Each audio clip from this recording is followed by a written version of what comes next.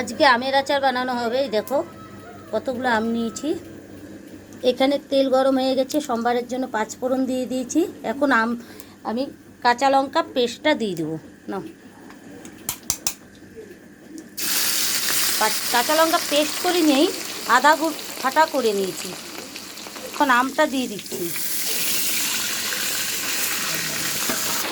এখন লবণ দিয়ে দিচ্ছি।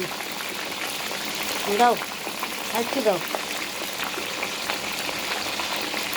ছাড়ো। এখন হলুদের গুঁড়ো দিয়ে দিচ্ছি। একটু দাও, ছাড়ো। সামান্য একটু লঙ্কার গুঁড়ো দিয়ে দিচ্ছি কাশ্মীর কালারের জন্য।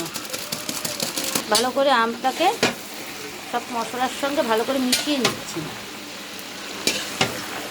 আম রোদে শুকিয়ে নিয়েছি, বেশি শুকায়নি, যে কারণ বেশি শুকোলেও আমের আচারটা বেশি টেস্ট হয় না।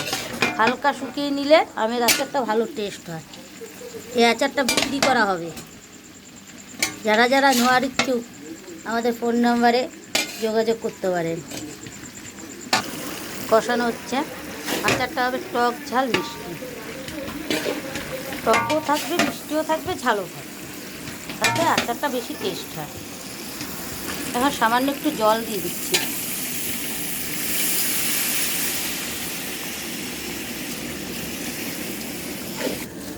এখন দিয়ে দিচ্ছি গুড় দিয়ে দিচ্ছি। গুড় দিয়ে ভালো করে মিশিয়ে নিব। ভালো করে মিশিয়ে নিচ্ছি। আচারটা হয়ে এসেছে। এখন আমাদের মশলাটা দেব, যেটা আমি বাড়িতে বানিয়ে নিয়েছি মশলা। এই মশলাটা এখন দিয়ে দেব। এখন দিয়ে দিচ্ছি ভিনেগার। ভিনেগার দিলে তাহলে আচারটা অনেক দিন লাস্টিং করবে, মানে থাকবে ঘরে। সামান্য একটু ভিনেগার দিয়ে দিলাম। এখন ফ্যানের নিচে ঠান্ডা করতে দিয়ে দেবো। আচারটা নামিয়ে ফেলবো। এখন এরকম প্যাকেটে আমরা প্যাকেট করে নেব ঠান্ডা করে। এ বলে ভিডিওটি এখানে শেষ করছি। নমস্কার বন্ধুরা। যদি ভিডিওটি ভালো লাগে অবশ্যই লাইক কমেন্ট শেয়ার সাবস্ক্রাইব করবেন।